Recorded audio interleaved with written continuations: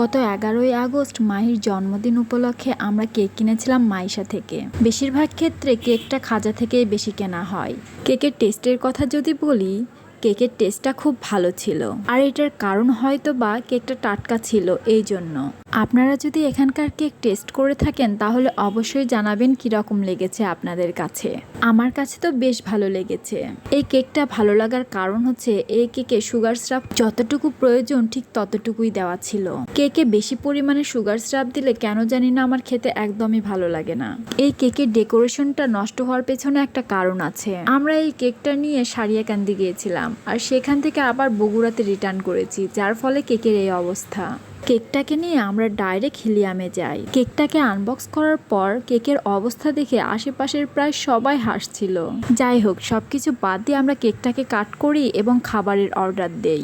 রেস্টুরেন্টে গিয়ে খাবারের মেনু কার্ড দেখে খাবার চুজ